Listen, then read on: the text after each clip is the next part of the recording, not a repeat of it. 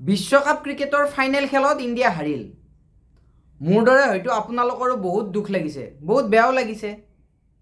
কিন্তু এই বেয়া লগা, এই দুখ কিমান দিনৰ? এইবোৰ তেনে খন্তেকীয়া। কিন্তু যদিহে ফাইনেল মেটছখনত ইণ্ডিয়া জয়ী হ'লহেঁতেন, তেতিয়া কিন্তু সেই সুখ, সেই ভাল লগা, সেই আনন্দবোৰ চিৰস্থায়ী হ'লহেঁতেন। মানুহে সেই বিজয়ক যুগ যুগলৈকে মানুহে মনত ৰাখিলেহেঁতেন।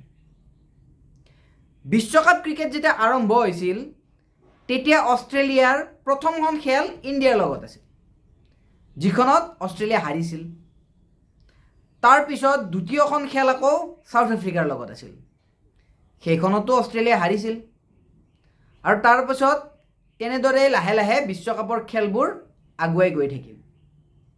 আৰু শেষত গৈ অষ্ট্ৰেলিয়াই ছেমিফাইনেলত ছাউথ আফ্ৰিকাক হৰুৱালে আৰু ফাইনেলত ইণ্ডিয়াক হৰুৱাই চেম্পিয়ন হ'ল। এতিয়া কথাটো হ'ল, ছাউথ আফ্ৰিকায়ো অষ্ট্ৰেলিয়াক হৰুৱাইছিল আৰু ইণ্ডিয়ায়ো অষ্ট্ৰেলিয়াক হৰুৱাইছিল। কিন্তু সেই খেলকেইখন আজিৰ পৰা কেইবছৰমান পিছত মানুহে জানো মনত ৰাখিব? নিশ্চয় নাৰাখে, সকলোৱে এইটো পাহৰি যাব। কিন্তু অষ্ট্ৰেলিয়াই যে ছাউথ আফ্ৰিকাক ছেমিফাইনেলত আৰু ইণ্ডিয়াক ফাইনেলত হৰুৱাই চেম্পিয়ন হৈছিল, সেইটো কিন্তু মানুহে যুগ যুগলৈকে মনত ৰাখিব। কাৰণটো সেই খেল দুখনেই আছিল সেই বিশ্বকাপৰ মেইন আৰু এনেকুৱা খেল য'ত পৰাজয় বৰণ কৰিলে তাৰ কোনো ভেলু নাই, মানে সেই নকআউট মেটছ। ইয়াৰ পৰা আমি কি বুজিলোঁ? যে শেষ ভালেই সকলো ভাল।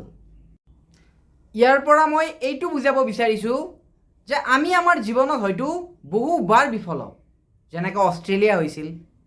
আৰু সেইখিনি সময়ত মানুহে আমাক বহুতো কথা শুনায়, যেনেকৈ অষ্ট্ৰেলিয়াকো শুনাইছিল।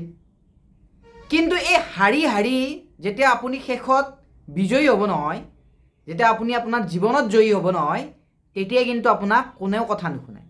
যেনেকৈ অষ্ট্ৰেলিয়াই ফাইনেল আৰু ছেমিফাইনেল জিকাৰ পিছত মানুহে অষ্ট্ৰেলিয়াৰ গুণগান গাইছিল, ঠিক তেনেদৰে আপুনি আপোনাৰ জীৱনত হাৰি হাৰি যেতিয়া আপুনি ফাইনেলত শেষত গৈ আপুনি আপোনাৰ জীৱনত জয়ী হ'ব নহয়, তেতিয়া কিন্তু আপোনাক মানুহে আপোনাৰ সেই বিজয় গানেই গাব। আপোনাৰ সেই বিফলতাসমূহ মানুহে পাহৰি যাব। কোনেও মনত নাৰাখে যে আপুনি কিমান বাৰ বিফল হৈছিল, ক'ত বিফল হৈছিল, সেইবিলাক মানুহে কেতিয়াও মনত নাৰাখে। যদি মনত ৰাখিব নহয়, আপুনি কেনেদৰে সফল হ'ল, আপুনি ক'ত সফল হ'ল, আৰু সেই সফলতাৰ গানে মানুহে সদায় গাই যাব। গতিকে জীৱনত কেতিয়াও হাৰ মানিব নালাগে। আমি আপোনাৰ জীৱনত আমি আমাৰ লক্ষ্যত উপনীত হ'ব পৰা নাই, আমি আমাৰ কামত মানে বাৰে বাৰে ফেইল হৈ আছোঁ, বাৰে বাৰে হাৰি আছোঁ, তথাপিও কিন্তু ৰখি নাযাব। সেইবিলাক হৈছে জীৱনৰ একো একোটা অভিজ্ঞতা। সেই হাৰবিলাক একো একোটা অভিজ্ঞতা। সেই হাৰি হাৰি যেতিয়া আপুনি শিকিব আৰু শেষত গৈ যেতিয়া জিকিব নহয়, তেতিয়া তাৰ আনন্দটো অলপ বেলেগ।